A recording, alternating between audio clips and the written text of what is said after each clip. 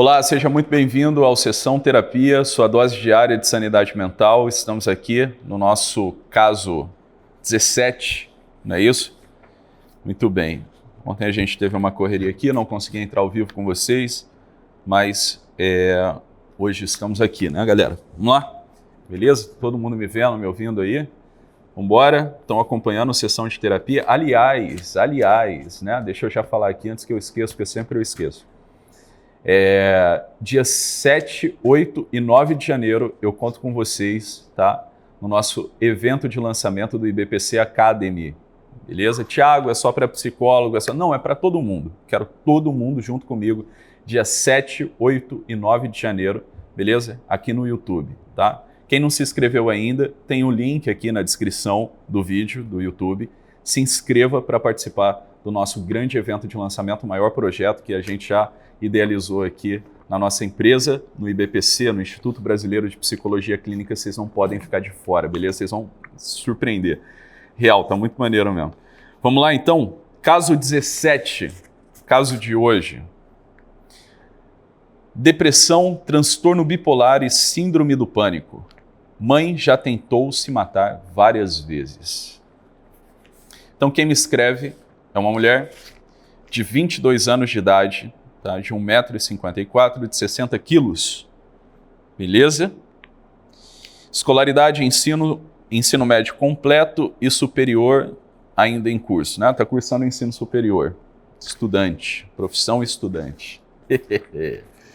Maravilha. Estado civil, casada, religião católica, mora com o marido, beleza? Faz terapia, né? E não faz uso de nenhum medicamento. Maravilha. Resuma em até 5 linhas a história da infância. E ela diz o seguinte: infância conturbada. Mãe já tentou se matar várias vezes, os pais brigavam muito, meu pai agredia minha mãe e eu separava as brigas deles, né? Às vezes brigas com facas, pois minha mãe tentava matá-lo. Me sentia abandonada, sozinha e triste. Tá? Uma infância difícil, né? Resume em até 5 linhas o problema que você gostaria de resolver. Aí ela diz o seguinte: fui diagnosticada com TAG, né?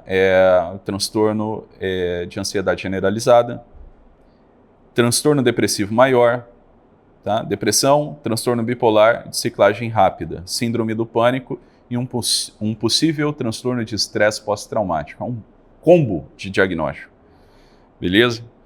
Gostaria de chegar ao diagnóstico correto, pois todos os meus sintomas me fazem ter dúvidas sobre o que realmente tenho.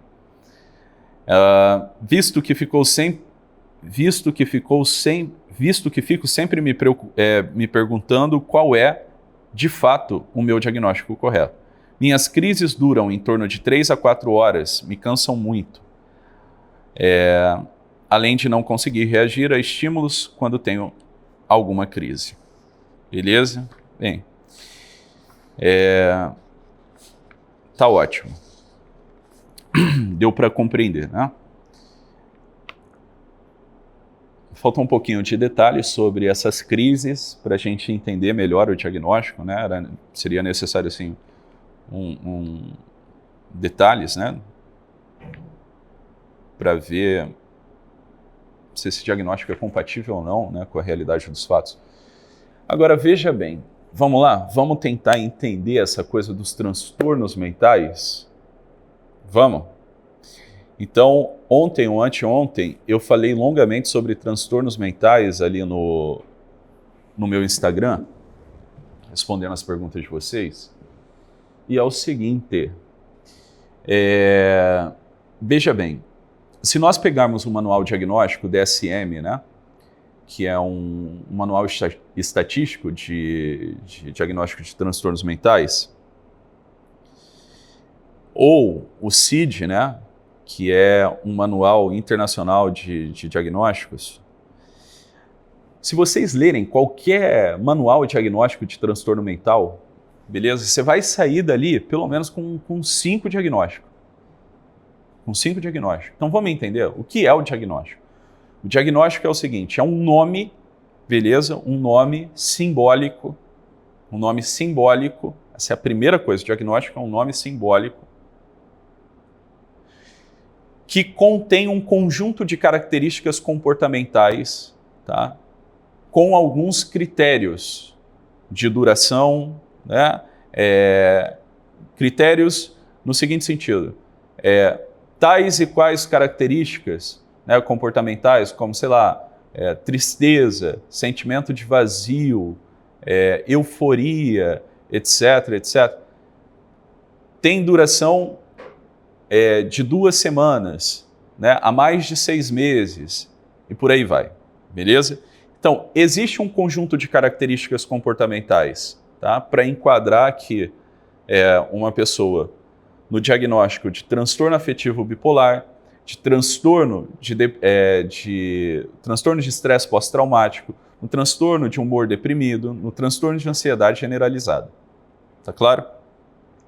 E é claro que, veja, uma pessoa que possui um transtorno de ansiedade generalizada, é óbvio que ela vai ter também características comportamentais de outros transtornos.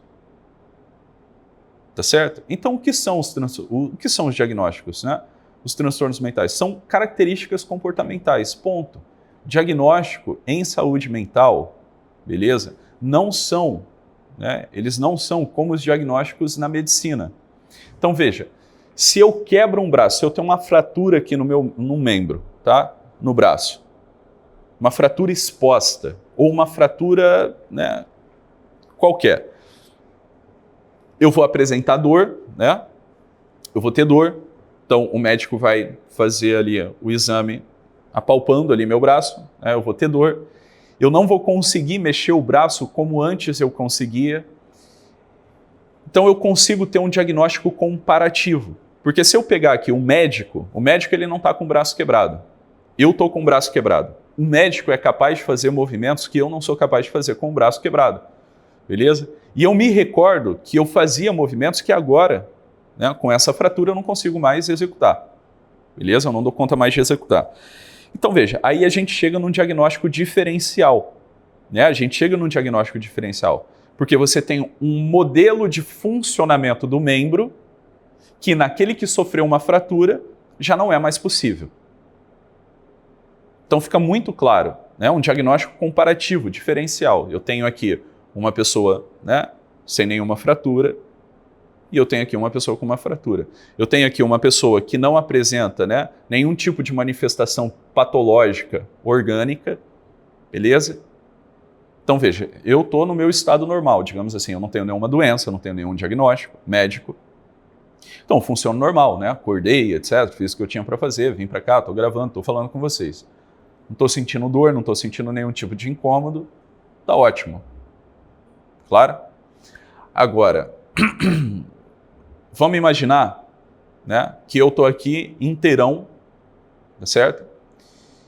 E aqui dentro do estúdio alguém está com, sei lá, uma enxaqueca que já dura 2 semanas, né? 2 semanas com enxaqueca, todo santo dia, né? Enxaqueca, dor de cabeça, né? 2 semanas, 3 semanas de enxaqueca, todos os dias ou num período específico, né? A enxaqueca dura até a hora do almoço, mais ou menos. A enxaqueca começa depois do almoço, a enxaqueca começa 3 da tarde, a enxaqueca começa quando eu tenho muito contato com uma luz muito forte, a luz do sol, claridade, beleza? Então veja, são características comportamentais que nos dão sinais, né? Nos dão sinais de que está acontecendo alguma coisa interna com você, com o teu organismo, beleza?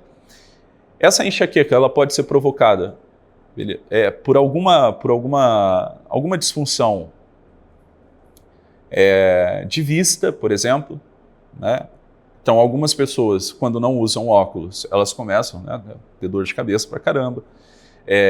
Elas podem estar relacionadas a alguma disfunção neurológica, beleza? Elas podem estar relacionadas a alguma disfunção a nível metabólico. Ela pode estar relacionada a alguma intoxicação alimentar, ela pode estar relacionada à intolerância a algum tipo de alimento, beleza? Então, aí a gente vai partir para a investigação. Só que esse tipo de diagnóstico, beleza? O diagnóstico médico diferencial, é um diagnóstico que fica muito mais claro para nós. Por quê? Porque tem começo. Olha, eu comecei a sentir isso, essa dor, esse incômodo físico, em tal período. Eu não sentia isso. Eu sei o que é a vida sem isso daqui. Beleza? E eu sei também como uma pessoa opera sem essas dores, sem esses sinais de uma patologia orgânica. Então eu tenho um modelo, digamos assim, de saúde física, fisiológica, para comparar com uma disfunção. Beleza? Um comportamento fisiológico, né? Um comportamento físico disfuncional. Então eu tenho um modelo de saúde, digamos assim, de uma pessoa que opera, né? Que ela consegue tocar a vida, etc. e tudo mais, sem dor, sem incômodo, sem nenhuma manifestação física. E eu tenho aqui a pessoa que está apresentando dores, tá? Seja assim, por uma fratura de um membro, seja por qualquer tipo de manifestação, vômito, diarreia, entendeu? Isso é claro para todo mundo. Agora, vamos lá. Em saúde mental, essa é a grande pergunta, tá? Essa pergunta deveria orientar a carreira de um médico psiquiatra, a carreira de um psicólogo, a carreira de um psicoterapeuta. Isso daqui tem a ver com manejo clínico, pessoal. Qual é o modelo de sanidade mental? Veja. Qual o modelo de sanidade mental? Será que os transtornos mentais, eles possuem a mesma substância de uma patologia, de uma fisiopatologia, digamos assim? Uma patologia orgânica? Será que os transtornos mentais eles podem ser considerados doenças, né? Como a gente considera, né, doença um câncer, uma célula cancerígena, um vírus, beleza? Será que é assim que funciona? Ou os transtornos mentais, eles são diagnósticos que a gente emite nessa área de saúde mental de outra maneira? Essa é uma pergunta muito importante, beleza? Muito importante, porque é o seguinte, se eu abrir aqui, né, o DSM está aí?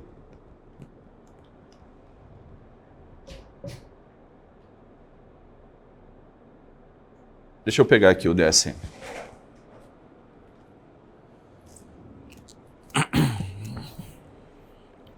Então eu estou aqui, ó, com o Manual Diagnóstico e Estatístico de Transtornos Mentais, DSM, a quinta edição do DSM, beleza?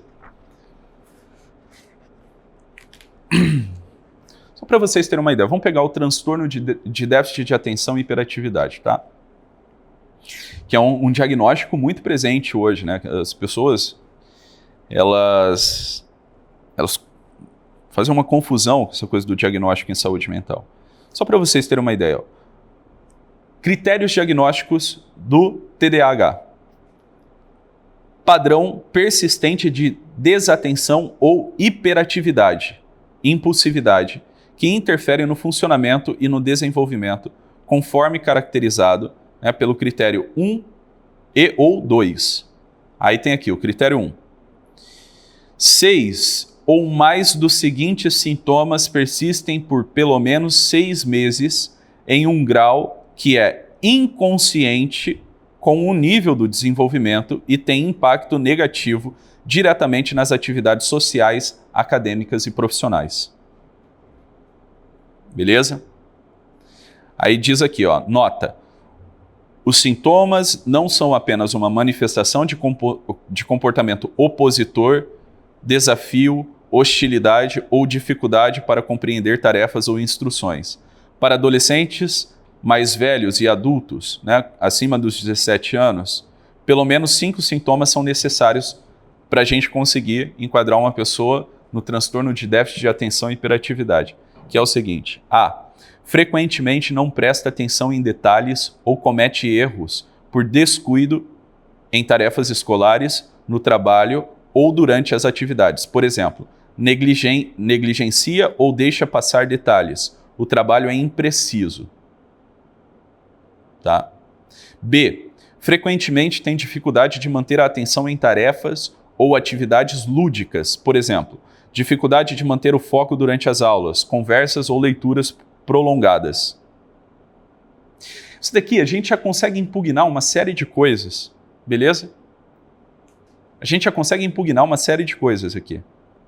Frequentemente, no critério A, frequentemente não presta atenção em detalhes ou comete erros por descuidos em tarefas escolares, no trabalho ou durante as atividades. Então, quer dizer, uma pessoa que, de repente, comete alguns deslizes, tá? Sei lá, ela esquece alguma coisa ou outra, negligencia ou deixa passar detalhes, ou o trabalho é impreciso.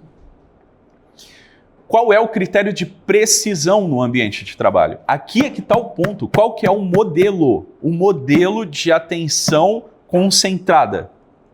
Porque aqui a gente tem o sinal patológico da coisa. Mas o sinal patológico em comparação ao quê?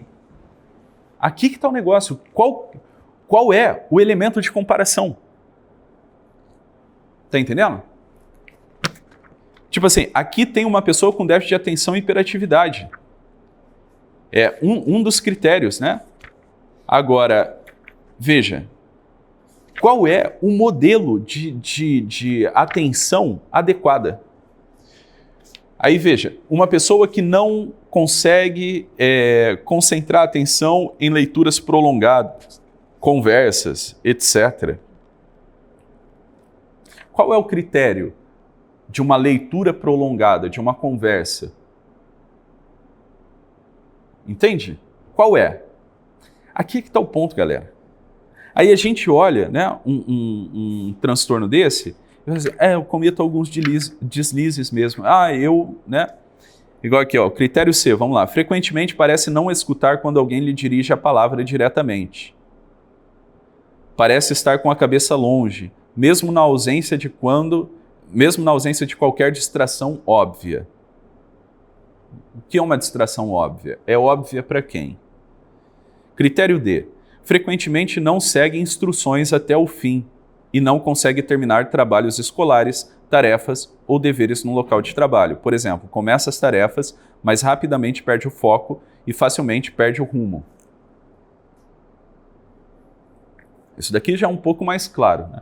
Você começa uma coisa e não termina, beleza? Isso daqui, o critério D é um pouco mais objetivo. Critério E. Frequentemente tem dificuldade para organizar tarefas e atividades. Por exemplo, dificuldade em gerenciar tarefas sequenciais, dificuldade em manter materiais e objetos pessoais em ordem, trabalho desorganizado e desleixado, mau gerenciamento do tempo, dificuldade em cumprir prazos. Critério F. Frequentemente evita, não gosta ou reluta em se envolver em tarefas que exijam esforço mental prolongado. Por exemplo, trabalhos escolares ou lições de casa para adolescentes mais velhos e adultos, preparo de relatórios, preenchimento de formulários, revisão de trabalhos mais longos.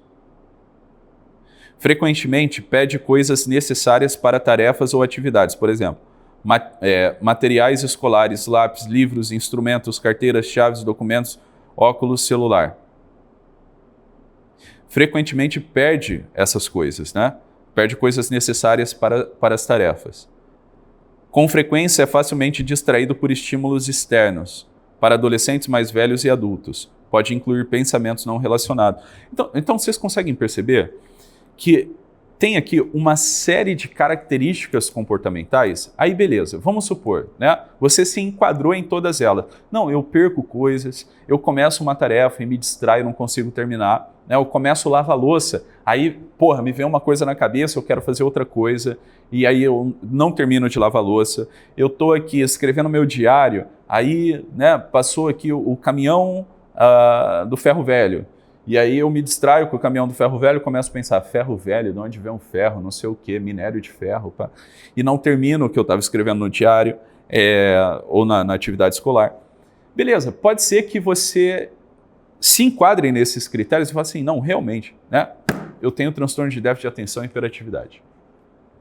Tá bem? Aí o que acontece com a maioria de vocês? Você foi no psiquiatra, você fez um psicodiagnóstico. E aí o psiquiatra falou assim, olha, eu vou te dar um remédio aqui, né? Eu vou te passar aqui um receituário e você vai fazer o uso desse remédio tal, né? Da dosagem tal, do princípio ativo tal, esse remédio vai fazer isso, isso e isso com você. Geralmente não é assim, né? Geralmente o cara, né? Os psiquiatras, eles vão lá, te dão uma receita e foda-se, né? Passa na farmácia, compra isso daqui e volta daqui 3 meses. Beleza? Aí tu fala assim, porra, agora eu tenho TDAH. Eu tenho TDAH. Horas, bolas, carambolas. Vocês assumem o diagnóstico como se o diagnóstico de transtorno mental fosse um câncer.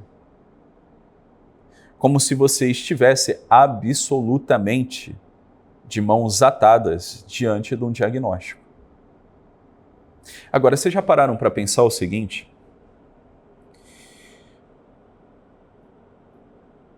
Veja, você é capaz de prestar atenção em coisas que não são interessantes para você?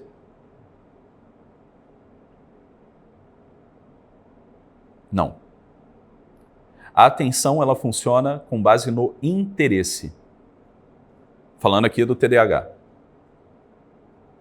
Agora, é óbvio que uma coisa que não é interessante para você, você não vai conseguir concentrar a sua atenção, você não vai conseguir reter a atenção, você não vai conseguir desenvolver essa tarefa porque não é interessante para você. Agora veja.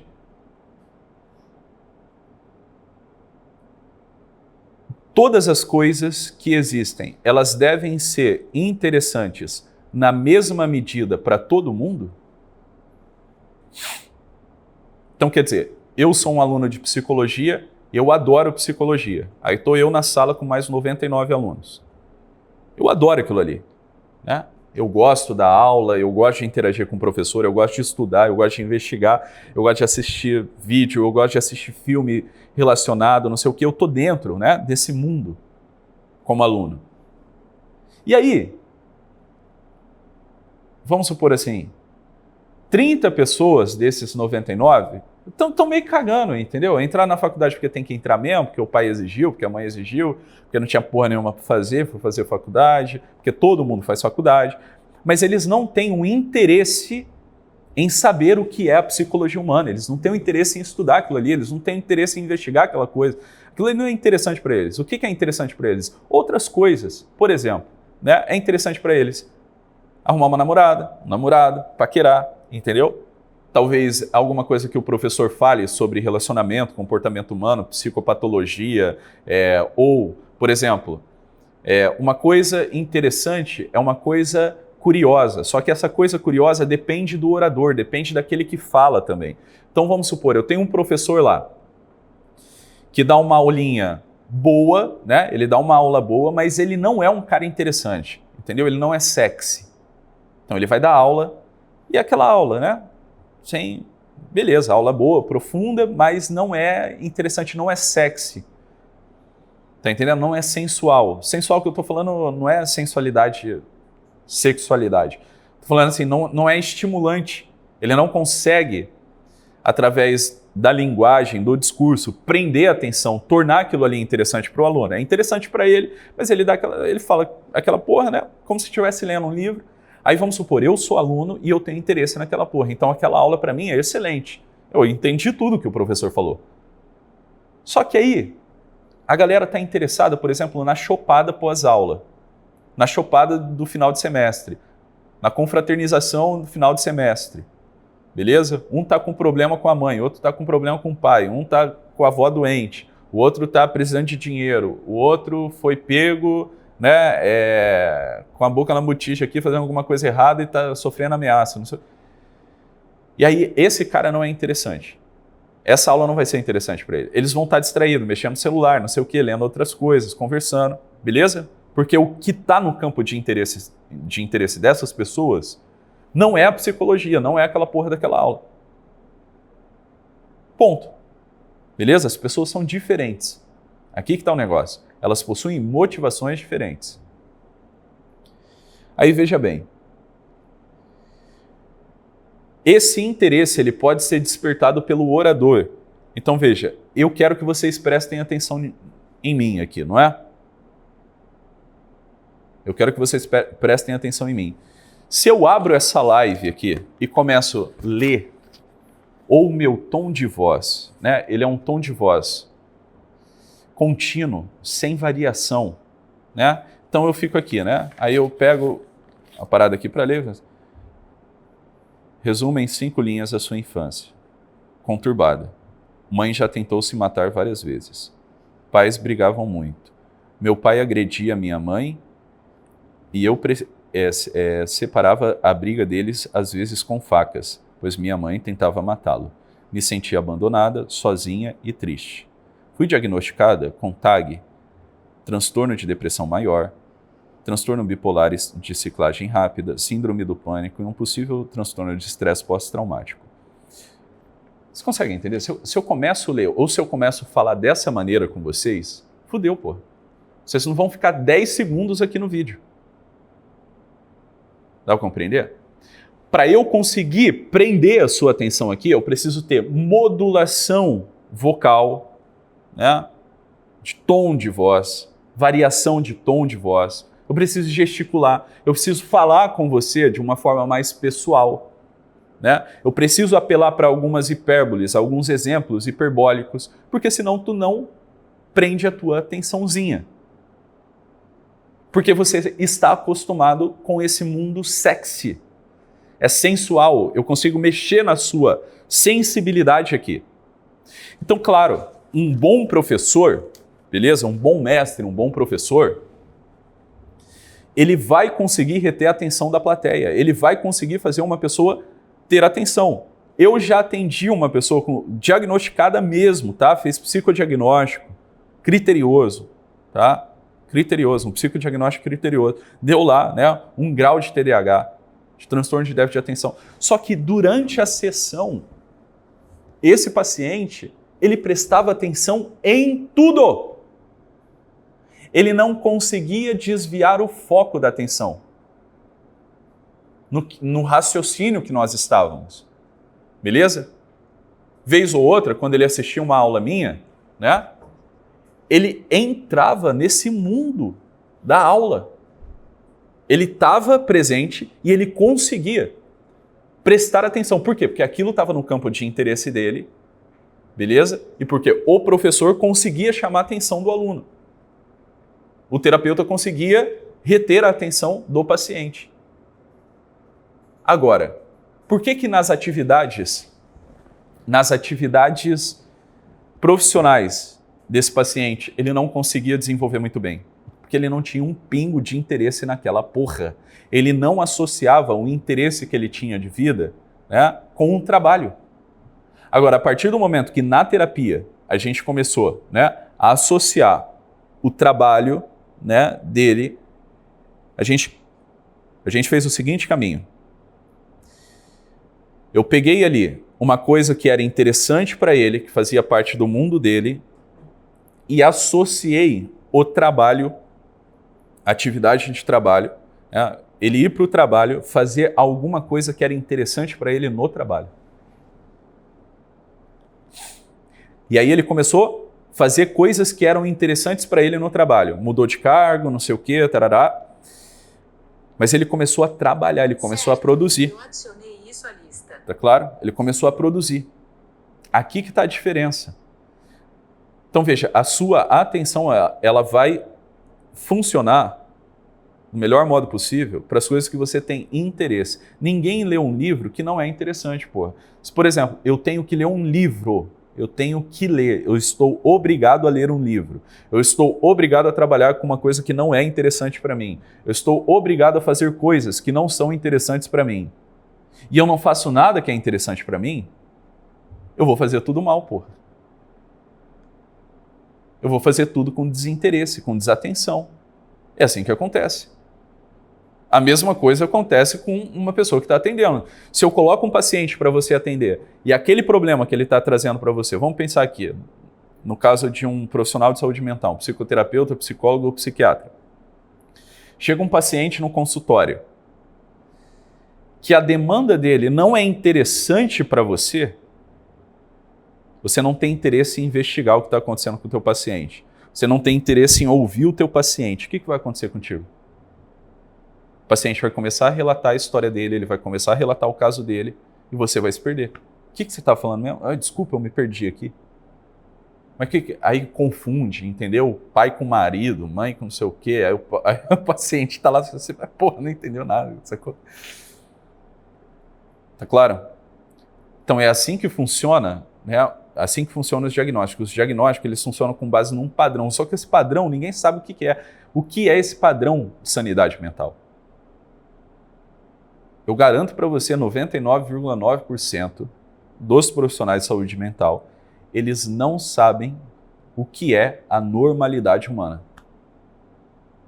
Não sabem.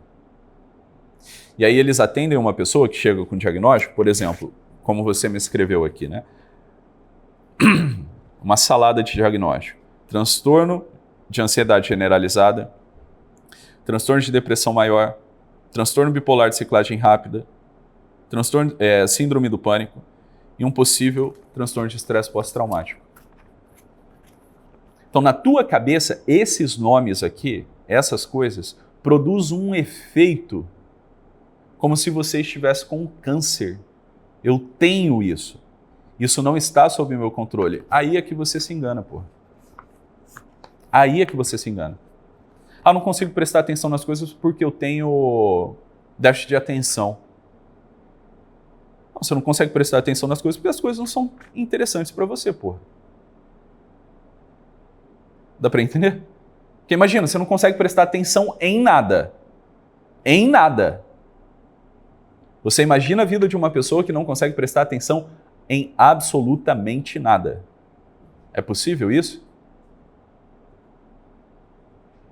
É óbvio que não é possível.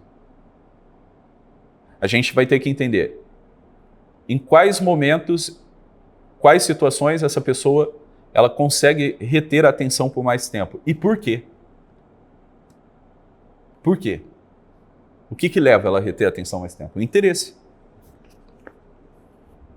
Tá compreendendo?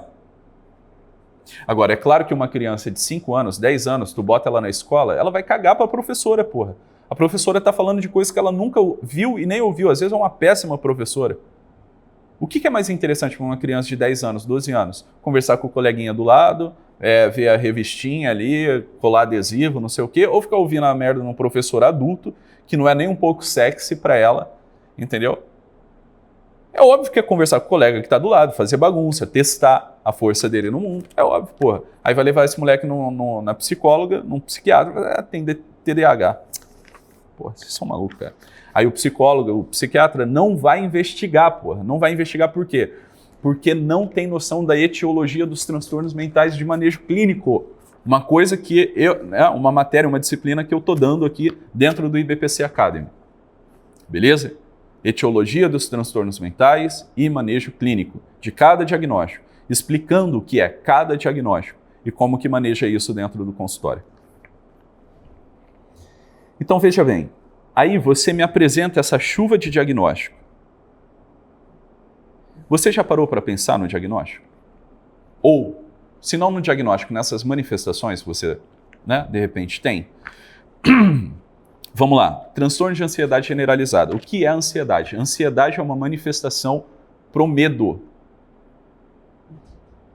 Beleza? Então a gente está aqui investigando a etiologia do transtorno.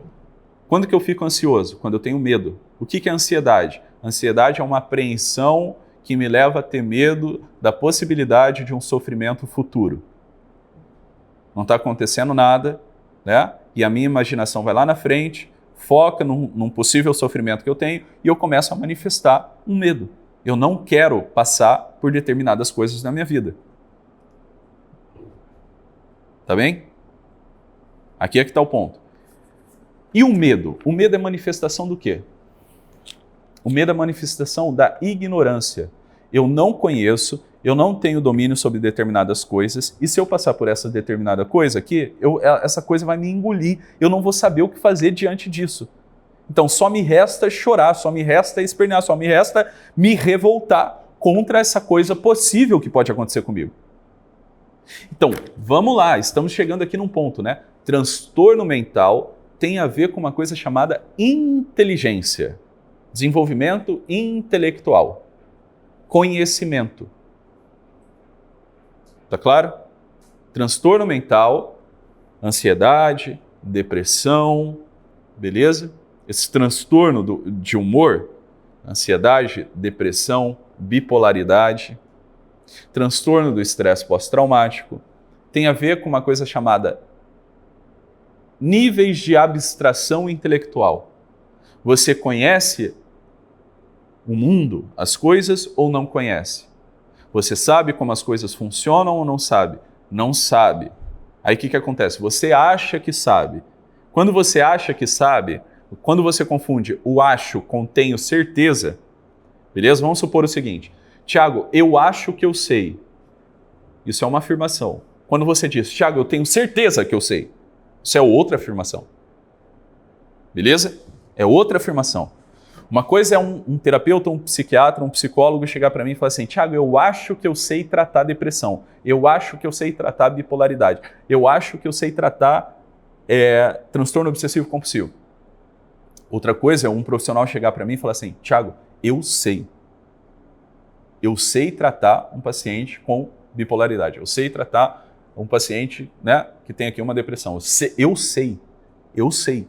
sei como funciona. Eu sei o que passa na cabeça dele, eu sei como o ser humano funciona, eu sei o que aplicar, eu sei onde isso vai levar o paciente, eu tenho um grau de previsibilidade, entendeu? Conhecimento, planejamento, execução e sucesso na tarefa executada. É isso daqui, inteligência é isso daqui. Agora veja, se você tem manifestações psicopatológicas, essas manifestações psicopatológicas, elas estão intimamente ligadas ao grau de inteligência que você possui. Se você conhece pouco, né, muito provavelmente você vai confundir o eu acho com o eu tenho certeza. Então você acha que você conhece as pessoas, você acha que você conhece o funcionamento do mundo, você acha que você conhece o funcionamento das relações, você acha que você conhece o funcionamento do ser humano. Só que aí você confunde. Você acha, só que na tua cabeça você tem certeza. Tá compreendendo? Aí o que acontece? Quando você planeja e tenta executar, o resultado que você espera é diferente do resultado que você obtém. E aí você frustra pra caralho. Entendeu? Você fica frustrado, revoltado. Se eu conhecesse mesmo as coisas como elas são, né, eu não teria medo do futuro. Dá para compreender? Porque eu teria um certo grau de previsibilidade futura a respeito de alguma coisa. Ora, aqui eu posso sofrer, eu posso não sofrer, pode acontecer isso, isso, isso. Eu conseguiria elencar uma série de possibilidades aqui e falar assim, se acontecer isso, eu faço isso, se acontecer isso, eu faço isso, se acontecer aquilo outro, eu faço aquilo outro, tarará, tarará, tarará. E se não der para fazer nada, fudeu. O que não tem remédio, remediado está. Entendeu? O que não possui solução mesmo, solucionado está. Pô, não possui solução de fato. O que eu posso fazer? Né? Eu vou tirar uma solução do sovaco? Vou inventar o mundo? Vou inventar? Não dá. Aí só cabe a minha aceitação. Beleza? Aqui é que está o ponto. Então veja. O que você tem? E aí tem uma coisa que toda pessoa que se conhece minimamente deveria admitir para si mesmo, que é o seguinte: eu tenho medo. O medo, ele é uma experiência que vai te acompanhar até o final da tua vida. O medo, ele é inato. inato ao ser humano. Inato. Nós temos medo. Por que nós temos medo? Porque você não é onisciente. Você não conhece todas as coisas ao mesmo tempo, de forma simultânea. Então, quer dizer, é óbvio que você vai ter medo. E aí você precisa confessar isso para você. Tiago, eu tenho medo, é isso que eu tenho. E eu tenho medo porque eu não sei o que eu posso fazer diante das coisas. Aqui começa a melhora do paciente. Nessa sinceridade obscena.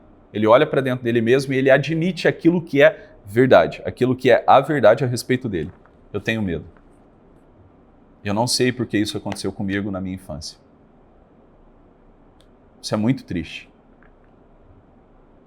Eu não sei também porque eu acho que isso é errado. Eu também não sei porque eu acho que deveria ser diferente. Mas isso me faz sofrer. E me faz sofrer porque eu não entendo. Se eu entendesse, talvez eu não sofreria. Eu sofro porque eu não entendo. Para mim, esse quebra-cabeça aqui não está montado. Isso me angustia. Olhar para trás, ver aqui, minha mãe tentando matar meu pai tentando matar minha mãe, e eu ali no meio, né, só uma criança inocente, sem entender nada. Medo, né? Quanto medo eu não sentia. Tristeza, sensação de abandono. Meu Deus, a vida ali para mim parecia que ela ia acabar naquele momento. Aqui começa o teu tratamento. Sacou? Tiago, eu tenho medo de ser rejeitado. Tiago, eu tenho medo de ser um incapaz. Tiago, eu tenho medo disso. Tiago, eu tenho medo daquilo. Isso é real. Isso é a experiência mais real que nós experimentamos. Eu tenho medo da morte. Eu tenho medo da minha esposa morrer, da minha mãe morrer, do meu pai morrer. Eu tenho medo de eu morrer nessa condição aqui. Beleza? E aí, esse medo aqui vai te levar a ter um comportamento de defesa. Por quê? Porque nem sempre você vai poder ser sincero ao extremo na vida social. Então, por exemplo, uma mulher ciumenta. O que ela tem, no fundo? Ela tem medo do abandono. Ela tem medo de ser abandonada pelo marido, de ser traída, etc. Ela tem medo da rejeição. Aí esse medo leva ela a um comportamento de ciúme extremo, um comportamento meio persecutório até. Isso pode chegar num nível psicótico, ela pode colocar o pezinho na psicose, entendeu? Chegar a ter um delírio, né? Uma persecutoriedade delirante. Aqui é que está o ponto. Pode desenvolver, a coisa pode chegar num ponto, num looping, né? Um modo de obsessão que beira o delírio. Dá para compreender? Mas no fundo, onde que está a raiz? Onde que está o fundamento da coisa? No medo. Eu tenho medo. Então, a base da sanidade mental, ela é muito simples, ela se chama sinceridade.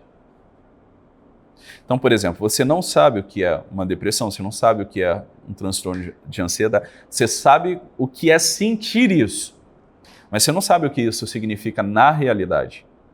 Você não sabe a causa dessas manifestações. Entendeu? Agora, não é nem que você não sabe, mas eu não quero saber, eu não quero confessar, eu não quero... Entendeu? É assim, ó, é tanta doideira, é tanta crença maluca na cabeça, é tanto achismo, né? É tanta confusão, você confunde o tempo todo o grau de certeza que você tem a respeito das coisas, você acha que você sabe tudo. Entendeu? Aí, na cabeça das pessoas, elas sabem o que é uma depressão, elas sabem o que é uma ansiedade, elas sabem o que é transtorno de estresse pós-traumático, déficit de atenção e hiperatividade, esquizofrenia, etc, etc, etc, etc. Aí recebe um diagnóstico e acha que esse diagnóstico tem o mesmo peso de um diagnóstico de câncer, de AIDS, né? De uma esclerose múltipla, sei lá. Não é, filho. Não é. A base da sanidade mental, ela começa na confissão. Você precisa confessar a verdade que está dentro do teu coração. Confessar a tua impotência diante da vida, do mundo, etc. Eu tenho medo. Eu me sinto impotente. Tenho medo. É isso daqui que vai te dar condição de você retomar o controle sobre si mesmo e sobre a sua vida. Por que que eu tenho medo? Aí você vai ver que sanidade mental também tem tudo a ver com vida espiritual. Tá compreendendo? Por que que eu tenho medo? Por que que a realidade, para mim, ela é uma coisa assim tão aterrorizante, insegura, que eu preciso me defender o tempo todo?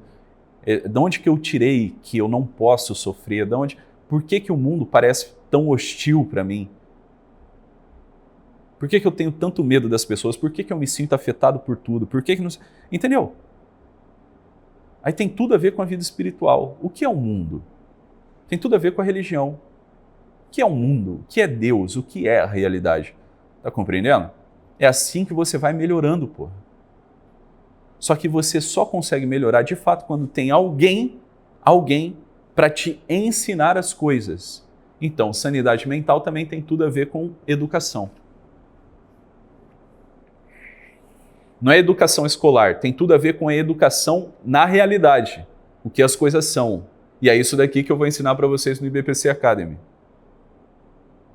Uma pessoa que tem um baixo grau de inteligência, de abstração intelectual, uma pessoa que não consegue, né, a partir dos conhecimentos que ela tem, planejar, executar e ter sucesso nas ações dela, ela não é inteligente.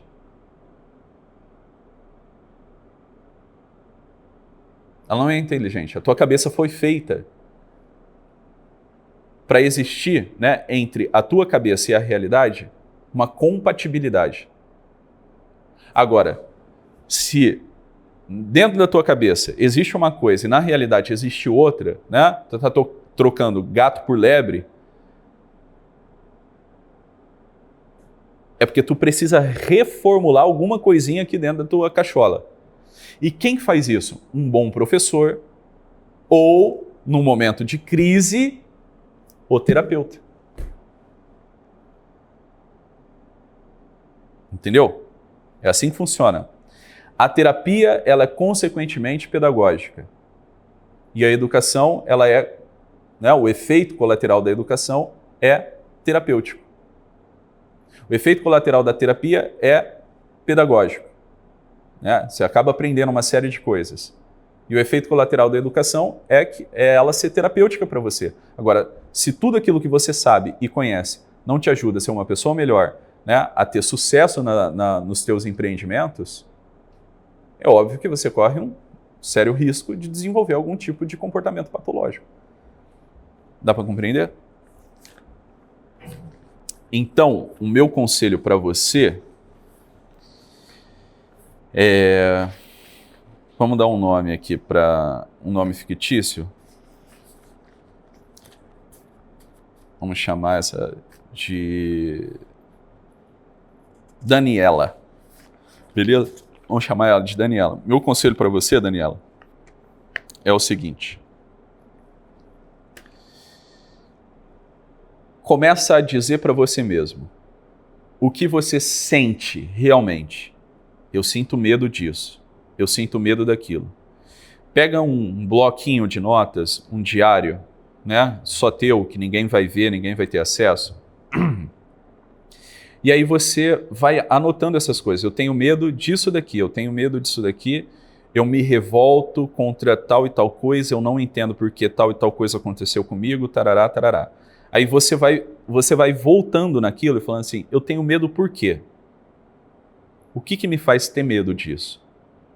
Se isso daqui voltasse a acontecer, ou se isso acontecer de fato, o que eu posso fazer para sair vencedora nessa situação? Existe alguma possibilidade? Aí você vai e anota a possibilidade. Porra, eu posso fazer isso, eu posso fazer aquilo, eu posso fazer aquilo, eu posso fazer aquilo outro. Beleza?